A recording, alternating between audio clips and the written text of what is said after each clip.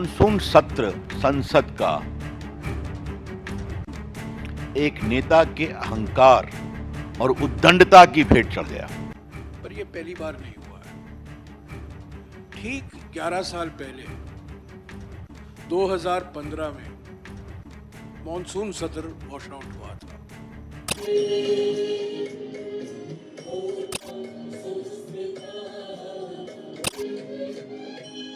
सदन की कार्रवाई अनिश्चित काल के लिए स्थगित की जाती है और वंदे मातरम के 6 छंदों के साथ लोकसभा का मानसून सत्र खत्म हो गया।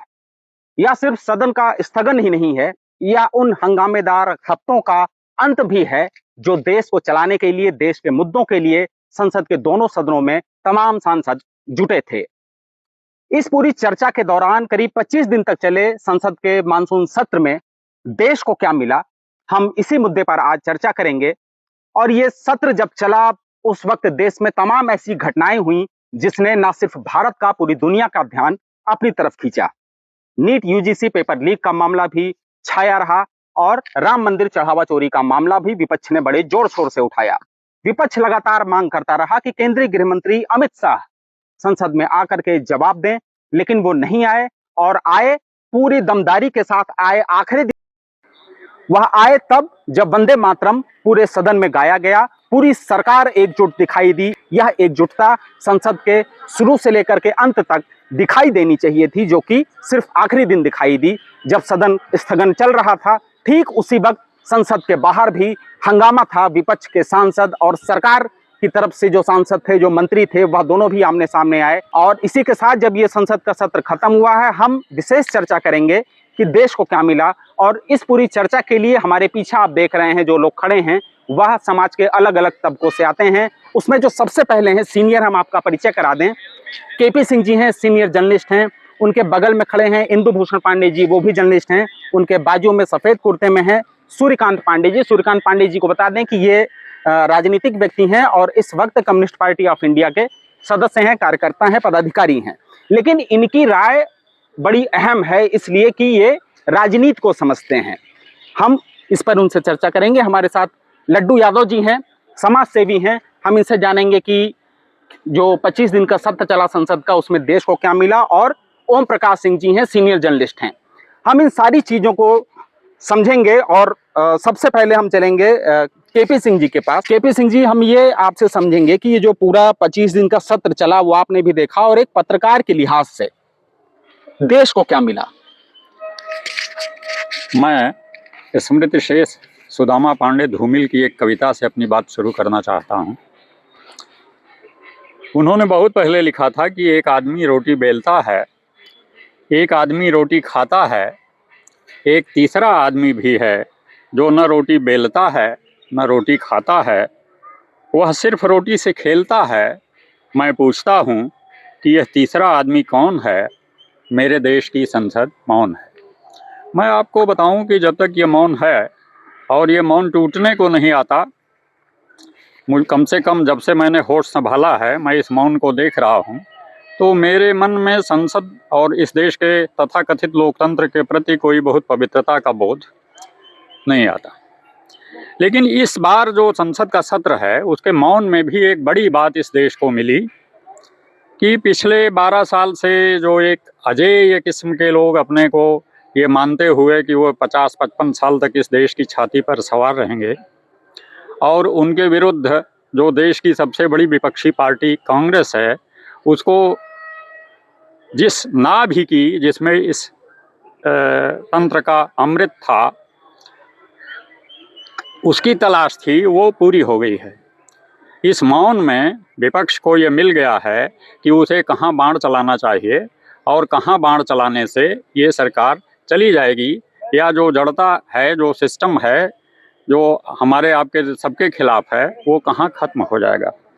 ये जो चीज़ें हैं, चाहे छात्र आंदोलन हो, चाहे किसानों का आंदोलन हो, जिस तरह ये सरकार पिछले 10-12 साल में अपनी सारी कमजोरियों के बावजूद अपने को अजेय माने चली आ रही थी, पहली बार ये हुआ है कि उसके गुब्बारे में छेद हुआ है, उसके एक मंत्री को इस्तीफा देना पड़ा है और जो मंत्रिमंडल में सबसे सीनियर मंत्री होते हैं वे और प्रधानमंत्री दोनों इस संसद सत्र में शामिल होने की भी हिम्मत नहीं दिखा पाए हैं।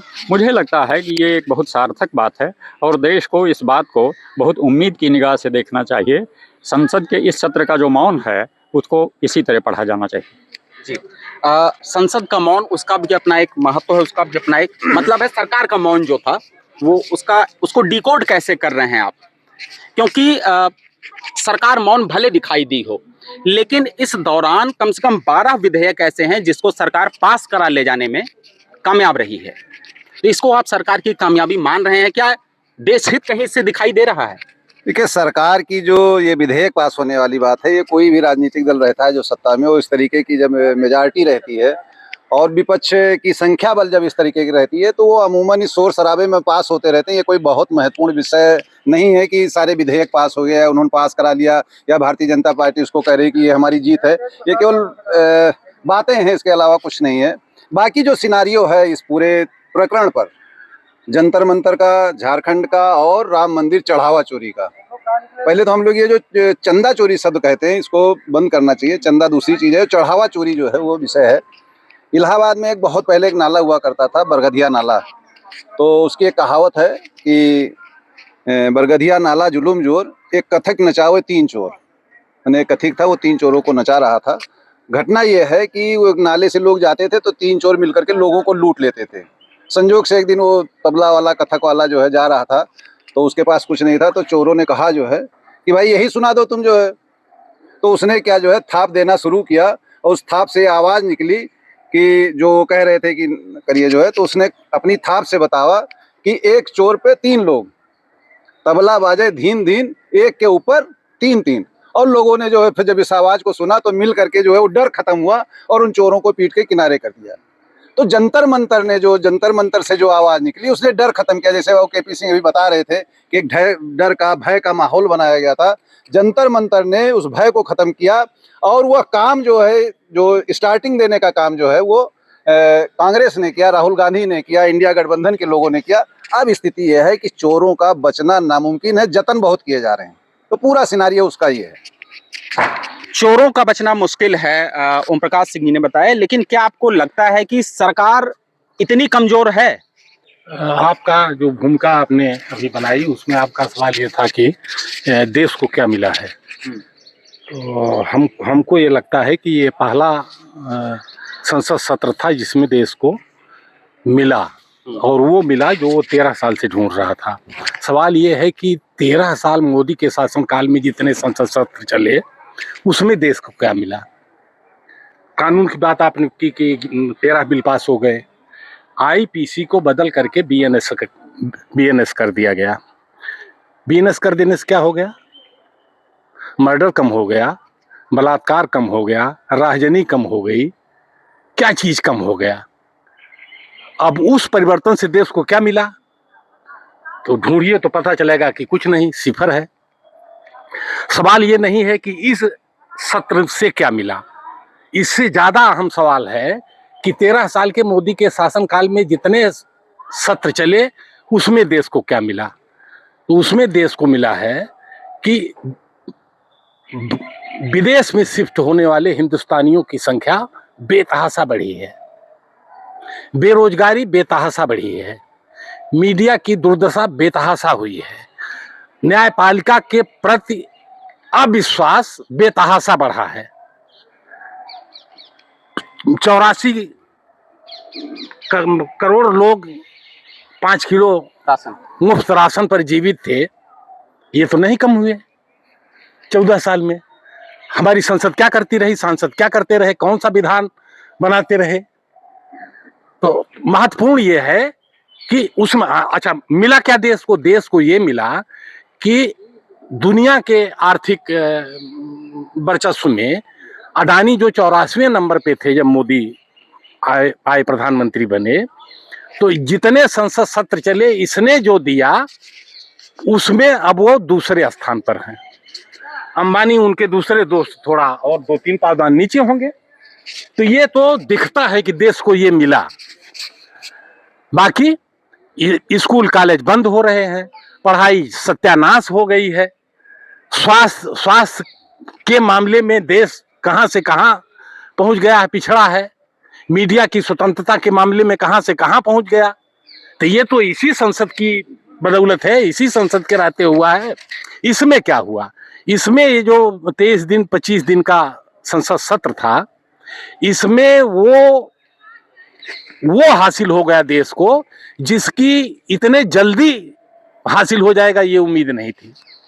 मोहन भागवत, सनातन, हिंदू राष्ट्र, अखंड भारत, हिंदू मुसलमान, इसके अलावा हम तो नहीं मोहन भागवत से सुने कि आज तक कुछ बोले हों।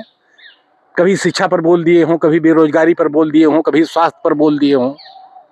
मोहन भागवत सरकार का मुंह बन करके आए, सरकार जो भाग रही थी और आखिर तक भागी है, वंदे मातरम कह के भाग गई।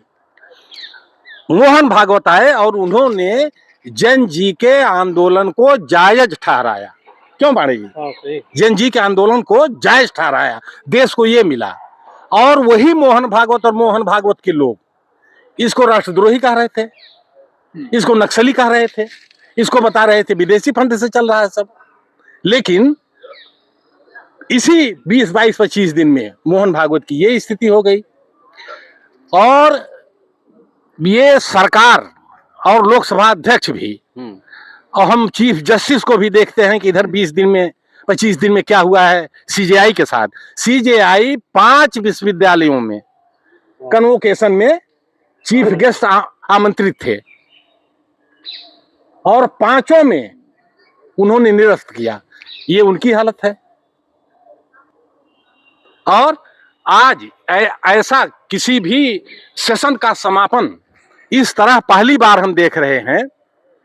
होता यह है कि जब सत्र समापन होता है तो सत्र समापन पर उस सत्र में जितने काम काज हुए रहते हैं, जितने पॉजिटिव हुए रहते हैं, उन सबको धन्यवाद दिया जाता है, सब काम गिनाए जाते हैं। क्या और होना चाहिए था जो नहीं हो पाया, ये हम आगे करेंगे, इसके लिए प्रेरित किया जाता है। लेकिन ऐसा कुछ नहीं। आ रहे हैं, आए, वंदे मातरम हुआ और जैसे वंदे मातरम खत्म हुआ तो इसे अनिश्चितकाल के लिए स्थगित, मतलब देश जान ही नहीं पाया कि काहे स्थगित कर दिया गया। होता क्या है कि जब भी लोकसभा सत्र का समापन होता है तो स्पीकर का एक पारंपरिक भाषण होता था, जो कि इस बार के लोकसभा मानसून सत्र के समापन पर नहीं देखने को मिला। हम लड्डू यादव जी आपसे ये समझेंगे कि संसद जो होती है वो देश की होती है, देश के तमाम मुद्दे होते हैं, लेकिन चूंकि आप समाज सेवी भी हैं तो आप बस इस चीज को आपने कैसे देखा और क्या देश उस कार्यवाही जो 25 दिन तक चली लोकसभा में और राज्यसभा में, क्या उससे कनेक्ट कर पाया देश का आम नागरिक? उससे कनेक्ट देश नहीं कर पाया और ये केवल अपने झूठे जुमले में फंसाते रहे। और शिक्षा की जगत में बच्चों पर जो इन लोगों ने आंसू गैस और गोले छोड़वाए और जो जगह जगह घटनाएं घटित हुई, उस पे सब पे ये लोग फेल रहे हैं। इसी का कारण रहा कि ये इतने दिनों में संसद सत्र में दिखाई नहीं पड़े। सुरकांत दादा, हम आपसे ये समझेंगे, आप चूंकि राजनीतिक व्यक्ति भी हैं, लेकिन हम आपसे ईमानदार कमेंट चाहेंगे यहाँ पर इस वक्त। 25 दिन के सत्र में सरकार विपक्ष पर हंगामे के तमाम आरोप लगाती रही, विपक्ष ने सरकार पर तमाम सारे आरोप लगाए। इसके बावजूद सरकार ने आनन फानन में करीब 12 बिल पेश कर दिए। हाँ, जो सबसे महत्वपूर्ण बिल था परिसीमन का, वह तमाम जोड़ तोड़ के बाद भी वो नहीं ले आ पाए और जो विदेशी फंडिंग से जुड़ा जो बिल है वो जेपीसी में भेज दिया गया है। हासिल क्या हुआ सरकार को, इस देश को और विपक्ष को? हम तीनों एंगल से आपसे समझेंगे। देखिए, इस मामले में मैं ये कहूँगा कि हम एक दिन बाद देश का सीमा स्वतंत्रता दिवस मनाने जा रहे हैं और ये जो पार्लियामेंट सेशन गुजरा है, ये 52 से लेकर आज तक का सबसे काला अध्याय में लिखा जाएगा, जब एक लोकतांत्रिक परंपराओं के तहत खुद सरकारी पक्ष ने किसी को नहीं सुना और विपक्ष को उसके उत्तर नहीं दिए गए। पूरी पार्लियामेंट में ये पहला वाकया है जब किया गया। तो इस सत्र को हम काले अध्याय के रूप में गिनेंगे, किसी उपलब्धि के तरीके इसको हम गिनने नहीं जा रहे हैं। क्योंकि ये जो सरकार है, जो संघ संचालित हुकूमत है, इसका लोकतंत्र में कोई यकीन नहीं है। ये शुरू से ही, अगर हम संघ की बात को करें तो जहाँ न सदस्यता है, न कोई पंजीकरण है, न चयन है, न निर्वाचन है, उस पाठशाला से लोग निकल के भारतीय जनता पार्टी में आते हैं। और ये आने के बाद इन्होंने जो सरकार चलाने का तरीका निकाला है, उसको भी ऐसा ही प्रतीत होता है कि ये चाहते हैं कि जैसे संघ में ये सब कुछ नहीं होता, वैसे जो हमारी 3 महत्वपूर्ण न्यायपालिका, कार्यपालिका और विधायिका है, इसको भी उसी तरीके पंग कर दें। और इस दिशा में इन्होंने बहुत तेज़ी से अपने को बढ़ाया भी है और उसी तरीके चलाया भी है।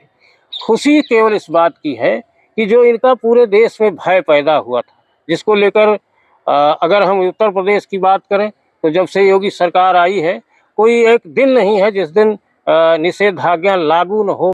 तो ऐसे हालात केवल उत्तर प्रदेश ही नहीं, पूरे देश में पैदा हैं।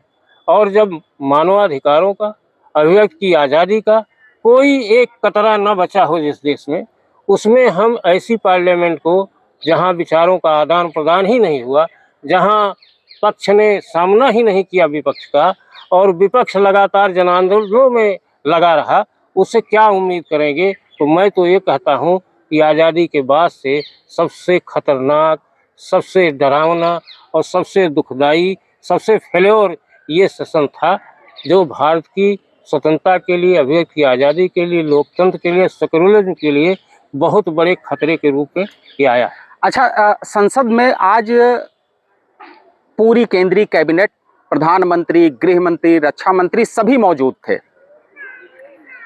मैसेज क्या दिया उन्होंने इस मौजूदगी से? इस मौजूदगी से उन्होंने जो मैसेज दिया है कि आज़ादी के बाद पहली कार्रवाई है, जब विपक्ष पूछता रहा और वो गायब रहे, वंदे मातरम के बाद जब सत्र स्थगित कर दिया गया सत्र, तो उन्होंने विपक्ष के खिलाफ आंदोलन कर दिया। ये इस देश में, दुनिया के लोकतांत्रिक मुल्कों में ये पहली विधा है जब विपक्ष के खिलाफ एमपीज और प्राइम मिनिस्टर और गृह मंत्री, सारे सीनियर्स प्रदर्शन कर रहे हैं, वो भी बैनर बना करके। एक और धत कर्म इस सरकार के लोगों ने किया है। और मैं तो खुश इस बात से हूँ कि जहाँ वो आगे आगे चल रहे थे, पीछे पीछे विपक्ष के लोग भी उनको खदेड़े जैसे थे कि भाई चंदा चोर लोगों, जवाब तो देते जाओ।